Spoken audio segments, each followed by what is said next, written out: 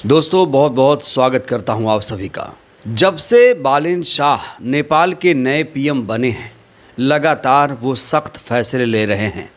पिछले दिनों जब उन्होंने कस्टम को लेकर फैसला सुनाया था कि 100 रुपये से ज़्यादा का सामान अगर किसी नेपाली ने भारत के बाज़ार में जाकर खरीदा तो टैक्स लगेगा।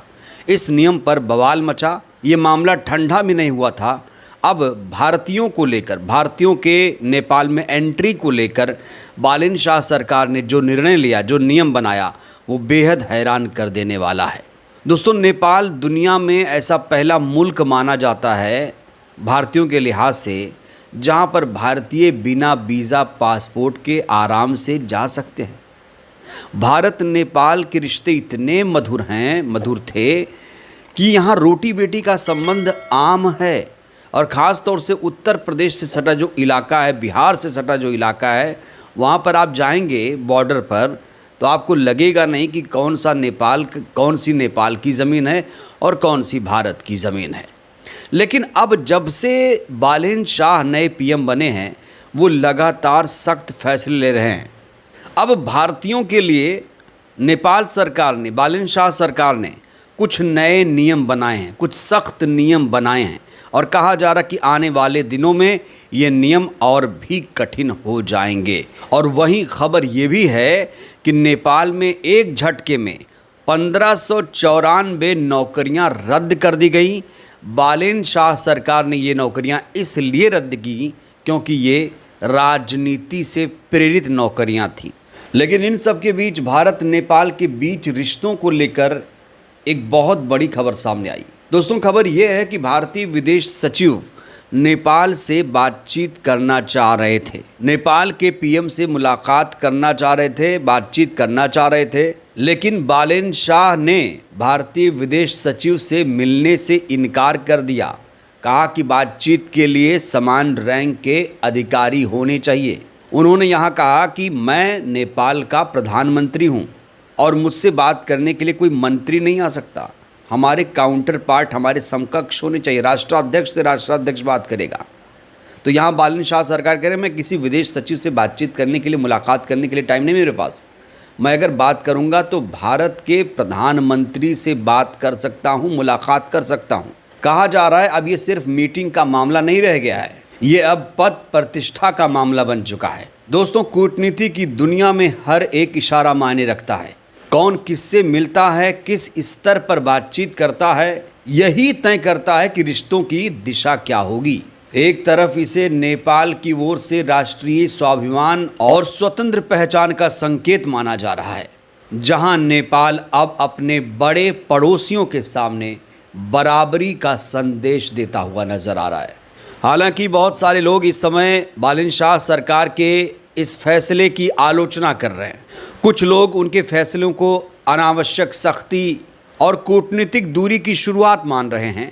आलोचक कहते हैं कि भारत और नेपाल जैसे संवेदनशील और ऐतिहासिक रिश्तों में दरार आ सकती है। लेकिन विशेषज्ञों की नज़र में ये घटना साफ दिखाती है कि अब दक्षिण एशिया की राजनीति बदल रही है, जहां अब छोटे देश भी अपने कद और सम्मान को लेकर ज़्यादा मुखर हो चुके हैं। सीधी बात यह है कि ये सिर्फ मुलाकात, बातचीत ठुकराने का मामला नहीं है।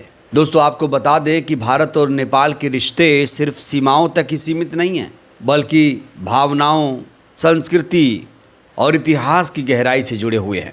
फिर भी बालिन शाह अब कुछ नया करना चाहते हैं।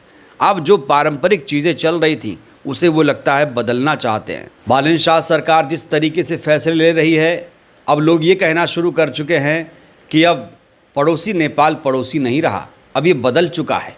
क्योंकि भारतीय वाहनों की एंट्री को लेकर नेपाल सरकार ने 8 नए नियम लागू कर दिए हैं। खबर ये आ रही है कि नेपाल में अब सिर्फ 30 दिन ही रुक पाएंगे भारतीय पर्यटक। जो लोग भी नेपाल घूमने जा रहे हैं वो ध्यान से इस नियम को सुन लें, और जैसे ही ये समय सीमा पूरी हो जाएगी उन्हें वापस आना होगा, नहीं तो वहाँ रहने वाले विदेशी वाहनों को जब्त कर लिया जाएगा।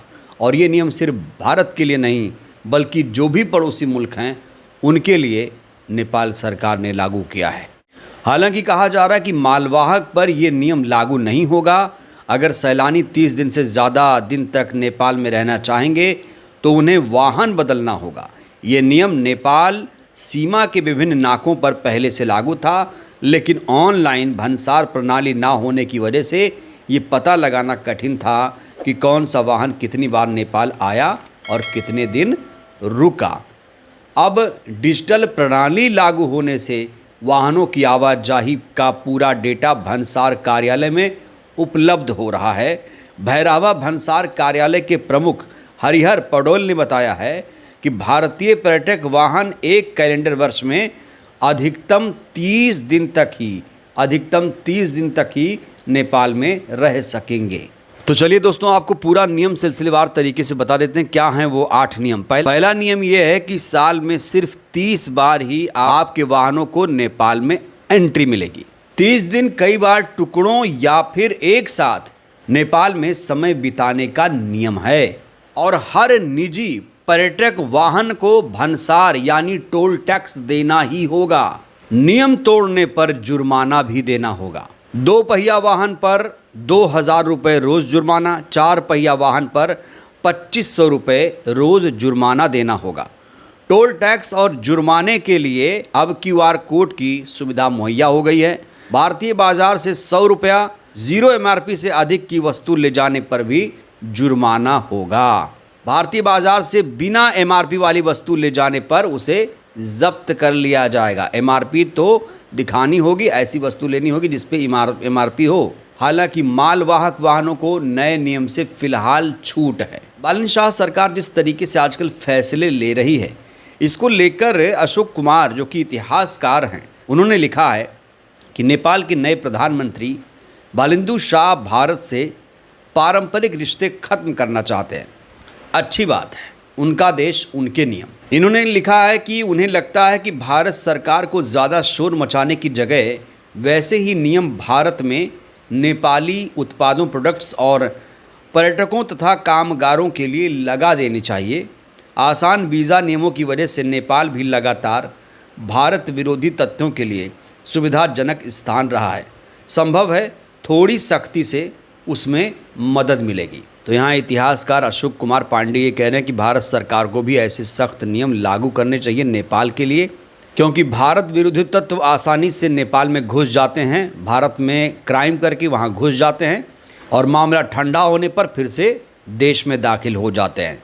तो यहाँ सलाह दी जा रही है भारत सरकार को भी कि भारत सरकार भी ऐसे ही सख्ती नेपाल बॉर्डर पर करे। लेकिन सबसे ज़्यादा चर्चा बालन शाह सरकार के फैसले को लेकर हो रही है। बालन शाह सरकार ने जिस तरीके से भारतीय विदेश सचिव से मिलने से इनकार किया है, उसको लेकर भी इस समय पूरे विश्व मीडिया में चर्चा हो रही है। और आपको बता दें, जब से बालन शाह PM बने हैं लगातार उनकी चर्चा हो रही है। जब टाइम मैगजीन ने 100 शक्तिशाली व्यक्तियों की सूची जारी की तो उसमें भी बालन शाह का नाम था। कहा जा रहा है कि बालन शाह नेपाल को बदलना चाहते हैं। इन्हें ज़ेनजी की सरकार कहा जाता है। उम्र मात्र 36 साल है। पहले रैपर थे, काठमांडू के मेयर थे। इन्होंने अपनी पार्टी भी बनाई और ये इनकी पार्टी चुनाव में बहुमत हासिल करके सत्ता में आई है। फिलहाल ये नेपाल के PM हैं। नए नए फैसले ले रहे हैं। जिस तरीके से PM बालन शाह फैसले ले रहे हैं, उनके फैसलों से आप लोग कितने सहमत राय दीजिएगा। धन्यवाद।